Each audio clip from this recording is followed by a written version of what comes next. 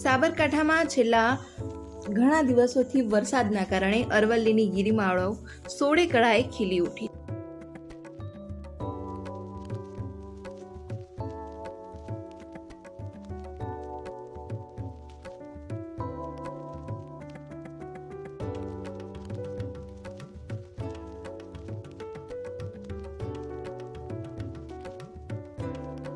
સમગ્ર ઉત્તર ગુજરાતમાં આ ઉપરાંત સમગ્ર સાબરકાંઠામાં છેલ્લા 3 દિવસથી આવેલા અનરાધાર વરસાદના પગલે અરવલ્લીની ગિરિમાળાઓ સોળે કળાએ ખીલી ઉઠી છે।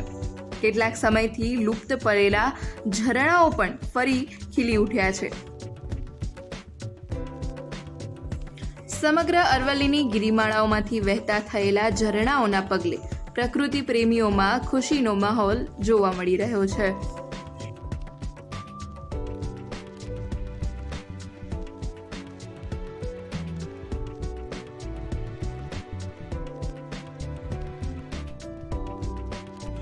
ચોમાસાની ઋતુ બાદ સર્જાતા સુંદર નજારા જોવા માટે દૂર દૂરથી લોકો ટ્રેકિંગ કરવા માટે મોટી સંખ્યામાં આવતા હોય છે।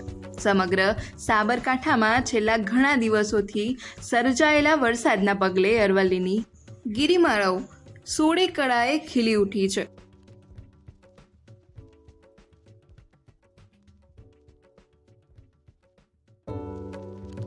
સાબરકાંઠાના ઈડરમાં અનરાધાર વરસાદના પગલે સમગ્ર પહાડી વિસ્તારમાં કુદરતી સૌંદર્ય નિર્માણ પામ્યું છે। સમગ્ર અરવલ્લીની ગિરિમાળાઓમાંથી વહેતા થયેલા ઝરણાઓના પગલે પ્રકૃતિ પ્રેમીઓની વચ્ચે ખુશીનો માહોલ સર્જાયો છે। અરવલ્લીની હારમાળાઓમાં હાલના તબક્કે ઠેક ઠેકાણે પહાડોમાંથી ડુંગરમાંથી વહેતા ઝરણા સૌ કોઈને મનમોહક બનાવી રહ્યા છે, ત્યારે પ્રકૃતિ પ્રેમીઓ માટે પણ હાલ વહી રહેલા ઝરણા ખુશીનો માહોલ સર્જાણો છે।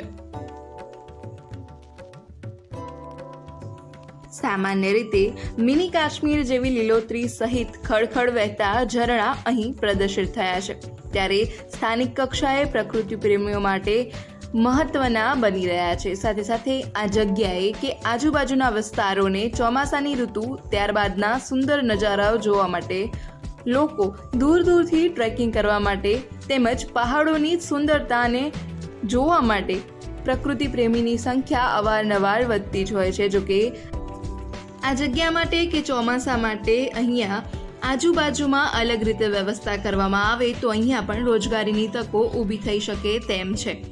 અવિરત વરસાદના પગલે લુપ્ત થયેલા ઝરણા પણ આ વર્ષે વહી રહ્યા છે અને આ સંખ્યામાં વધારો નોંધાઈ રહ્યો છે।